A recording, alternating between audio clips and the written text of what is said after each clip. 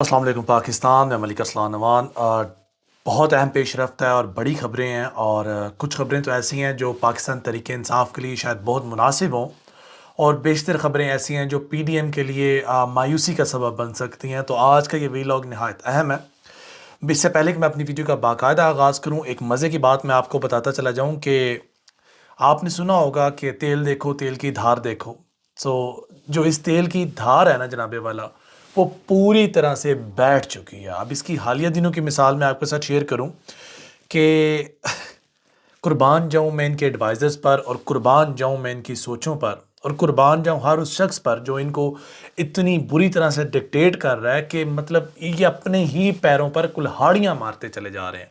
अब हुआ यह है कि जनाबे वाला चेयरमैन तरीके इंसाफ इमरान खान को महकमा एक्साइज एंड टैक्सेशन की जानिब से लग्जरी हाउस टैक्स का नोटिस भेज दिया गया। चेयरमैन तरीके इंसाफ इमरान खान को एक और नोटिस जारी कर दिया गया और इस बार इन्हें महकमा एक्साइज एंड टैक्सेशन ने लग्जरी हाउस टैक्स का नोटिस भेजा। इमरान खान को नोटिस वसूल कराने महकमा एक्साइज एंड टैक्सेशन की 2 रुकनी टीम जमान पार्क पहुंची, ठीक है, और नोटिस वसूल करवाया। Very well.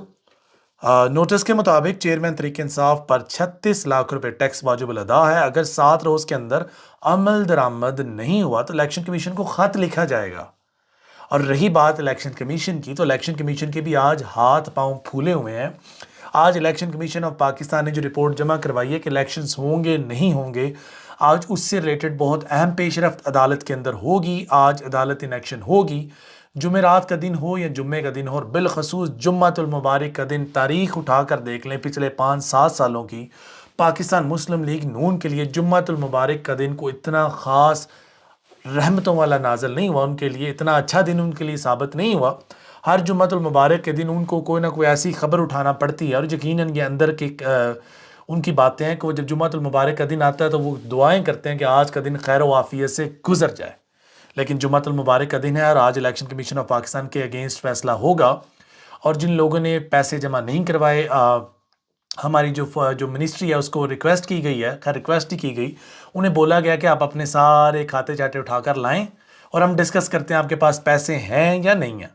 लेकिन मज़े की बात यह है कि जो सुप्रीम कोर्ट ऑफ पाकिस्तान ने 8 रुकनी जो बेंच बनाया है, उस बेंच के ख़िलाफ़ इस्लाहात बिल पर जो उन्होंने बेंच बनाया उसके ख़िलाफ़ सुप्रीम कोर्ट की जो तश्कील है उसके ख़िलाफ़ करारदाद मंजूर कर ली गई है। करारदाद भी जनाब इनके घर की लौंडी है। जिस जिस पे दिल पे इनका दिल आता है, जिस बात को उन्होंने करारदाद लानी होती है वो ले आते हैं, जो इन्होंने मनवानी होती है मनवा लेते हैं, जो कैंसिल करनी होती है खुद ही करारदाद लाने वाले, खुद ही कैंसिल करने वाले। क्या पीती और क्या पीती का शोरबा।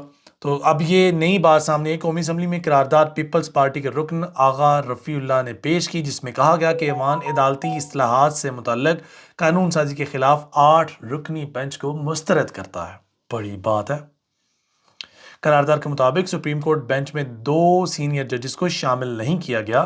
आइन साजी पार्लियामेंट का इख्तियार है, ये सुप्रीम कोर्ट की मुदाखलत की तशवीश की नज़र से देखता है। सुप्रीम कोर्ट गैर मुनसिफाना फैसले कर रहा है। करारदाद में सुप्रीम कोर्ट के लॉज बेंच को तहलील करने का मुतालबा करते हुए कहा गया कि ये ईवान सुप्रीम कोर्ट बिल की दरख्वास्त लेने की मजम्मत करता है। इस बेंच में सीनियर तरीन जज को शामिल ना करने पर तशवीश का इजहार किया जा रहा है। अगर मैं गलत नहीं तो सीनियर तरीन जज काजी फायज़ ईसा साहब की बात हो रही है, जो सीनियर तरीन जज पिछले दिनों सेनेट के इजलास में, जो मुश्तरका इजलास है, जब कानून की गोल्डन जुबली मनाई जा रही थी, तो उस दिन वो सीनियर तरीन जज दूसरी एक्टिविटीज़ में मुलव्वस पाए गए, सॉरी मुलव्वस नहीं कह सकते, मसरूफ़ पाए गए। तो खैर उनकी और भी बहुत सी जिम्मेदारियाँ हैं इस बेंच के अलावा, तो आप उन्हें जगह जगह मत परेशान कीजिए। इसके अलावा एक बड़ी बुरी खबर जो कल हमारे साथ पेश आई कि जो पाकिस्तान तरीके इंसाफ के एक बैरिस्टर हैं, एक सोलिसिटर हैं, एक एडवोकेट हैं जिनका नाम अजहर सिद्दीकी साहब हैं, उनके घर पर हमला हुआ जिसकी हम पुरजोर मजम्मत करते हैं। इवन दो कि पाकिस्तान बार ने बड़ा क्लियरली एक प्रेस रिलीज़ जारी किया था, पाकिस्तान काउंसिल ने, कि किसी भी किस्म की आज कोर्ट एक्टिविटीज़ नहीं होनी चाहिए और आज कोर्ट्स की स्ट्राइक होनी चाहिए। लेकिन वो एक नोटिस, वो एक कागज़ का टुकड़ा वकला ने हवा में उठाकर फेंक दिया। क्योंकि देखें, पंजाब की बात करूं, मैं KPK की बात करूं, मैं गिलगित बल्तिस्तान की बात करूं, मैं वफाक की बात करूं, मैं सुप्रीम कोर्ट की बात करूं, मैं पंजाब बार की बात करूं, मैं हाई कोर्ट की बार की बात करूं, कि तमाम तर बारों में मोस्टली अक्सरियत अहदेदारान पाकिस्तान तरीके इंसाफ के हैं, तो लिहाजा जो पाकिस्तान काउंसिल का जो एक प्रेस रिलीज़ थी जिसको ओन्ड बाय एहसन भून लोग और तारड़ साहब लोग, तो उसकी वकला ने कोई इज़्ज़त व कदर नहीं की, लिहाजा वो भी बिजलियाँ गिरा रही है इनके ऊपर। और जब इन्होंने इनके ऊपर बिजलियाँ गिराई तो इसका ड्रॉबैक, एक सेटबैक ये आया कि हमने एक नया तमाशा देखा कि चीफ जस्टिस समेत सुप्रीम कोर्ट, हाई कोर्ट के जजेस की मुद्दत मुलाजमत आइन में दर्ज है, कानून साजी के ज़रिए इसमें कमी मुमकिन नहीं। लेकिन यहाँ पर हुआ ये कि इन्होंने इसके अंदर कमी लाने की एक खबर, एक चिड़िया चुड़ी, एक चुटकुला छोड़ा, एक हवा में तीर छोड़ा देखने के लिए जी यहाँ पर करंट है या करंट नहीं है।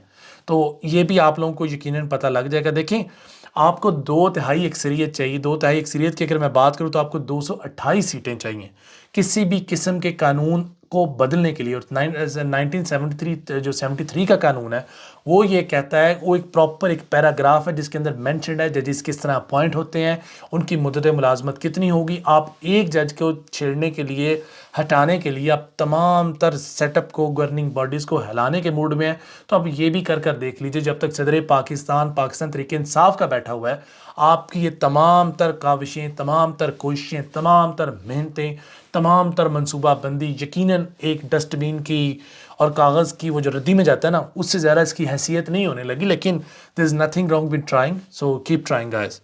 और जो आपने करारदादें मंजूर की हैं वो भी हवा के अंदर ऐसे उड़ जाएंगी जैसे आपका इलेक्शन कमीशन की तरमीम उड़ गई।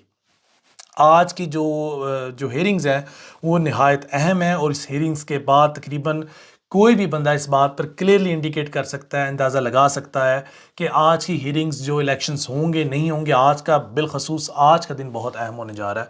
और जिस तरह की उन्होंने अदालत के ख़िलाफ़ एक नई महाजराई शुरू की है और जिस तरह उन्होंने वकला को जलील करने की और जजेस को इनके अंदर तकसीम करने की एक भोंडी कोशिश की है, यकीनन जो मौजूदा सेटअप है उसको मुँह की खाना पड़ेगी। अभी तक लिए अपने उसको इजाज़त दीजिए। फ़ी ईमान अल्लाह, खुश रहें, आबाद रहें और जिस शख्स ने इस मुल्क पाकिस्तान का बुरा चाहा अल्लाह उसकी नस्लें गारत करे। अल्लाह हाफ़िज़।